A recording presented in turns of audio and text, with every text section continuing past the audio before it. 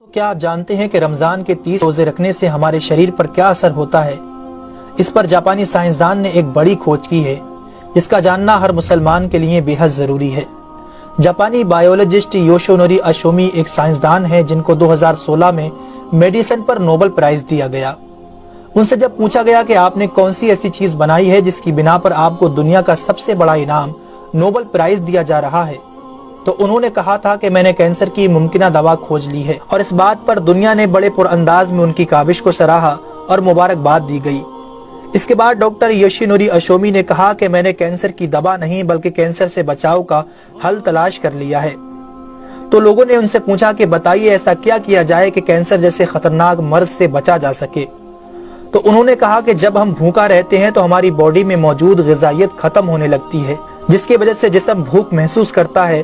اگر اس بھوک کے دوران جسم تک کھانا نہ پہنچے تو ہمارا جسم بھوک کی شدت کی وجہ سے اپنے اندر موجود ان زہریلے سیلز کو کھانا شروع کر دیتا ہے جو کینسر کا سبب بنتے ہیں۔ اس عمل کو میڈیکل کی لینگویج میں آٹوفیگی کہا جاتا ہے۔ اگر آپ چاہتے ہیں کہ آپ کا جسم ایسے بیمار سیل سے پاک ہو تو آپ کو بھوکا رہنا چاہیے۔ جب ایسے سیلز مرنا شروع کر دیتے ہیں تو کینسر کا پرسنٹیج کم ہو جاتا ہے۔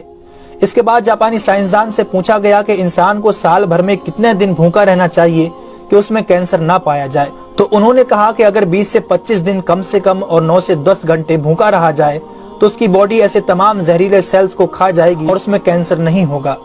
اے میرے پیارے رب کریم، آج ہمیں سمجھ آیا کہ مومن پر روزے کیوں فرض کیے گئے، اور آج مجھے اس احادیث پاک کی بھی سمجھ آ گئی جس میں آپ صلی اللہ علیہ وسلم نے فرمایا کہ ہر شے کی زکوٰۃ ہے اور جسم کی زکوٰۃ روزہ ہے۔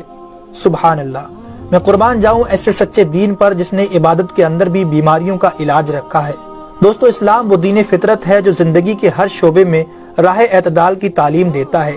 اس لیے آج نہ صرف مغرب میں زیادہ کھانے کو ناپسند کیا جاتا ہے بلکہ اسے انسانی صحت کے لیے بھی نقصان دہ سمجھا جاتا ہے۔ اللہ تعالیٰ نے اپنے پیارے محبوب حضرت محمد صلی اللہ علیہ وسلم پر وحی نازل فرمائی، کھاؤ پیو اور حد سے نہ بڑھو، بے شک وہ حد سے بڑھنے والوں کو پسند نہیں فرماتا۔ اس کے علاوہ حضرت ابو ہریرہ رضی اللہ تعالیٰ عنہ سے روایت ہے کہ رسول اکرم صلی اللہ علیہ وسلم نے ارشاد فرمایا، کھاؤ پیو اور پہنو اور خیرات کرو بغیر فضول خرچی اور تکبر کیے۔ دوستو، انسان کو کھانے کی صرف تھوڑی سی مقدار کی ضرورت ہے جو انسانی جسم میں توانائی پیدا کر سکے، جتنی توانائی انسانی زندگی کے لیے ضروری ہے، اور جس سے اس کی صحت اچھی رہے اور وہ اپنی روزمرہ کی ذمہ داریاں پوری کر سکے۔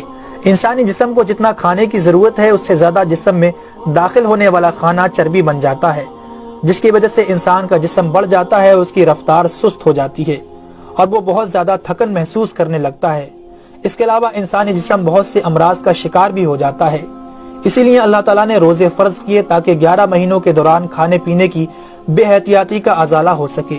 قرآن پاک میں اللہ تعالیٰ نے روزے رکھنے کا حکم ان الفاظ میں بیان فرمایا ہے، اے ایمان والو، تم پر روزے فرض کیے گئے جیسے کہ تم سے پہلوں پر روزے فرض کیے گئے تھے تاکہ تم پرہیزگار بن جاؤ۔ دوستو، قرآن مجید میں بیمار اور مسافر کے لیے روزے مؤخر کرنے اور جو روزہ نہ رکھ سکے ان کے لیے فدیہ ادا کرنے کا حکم دیا ہے۔ اس کے بعد روزہ رکھنے کی حکمت ان الفاظ میں بیان فرمائی، اور تمہارے لیے روزہ رکھنا ہی بہتر ہے اگر تم جانتے ہو۔ دراصل یہاں یہ بتایا گیا ہے کہ اگر تم موجودہ علم کو سمجھتے ہو تو تمہارے لیے بہتر یہی ہے کہ تم روزے رکھو، کیونکہ روزہ اپنے اندر بے شمار روحانی، نفسیاتی اور طبی فائدوں کو رکھتا ہے۔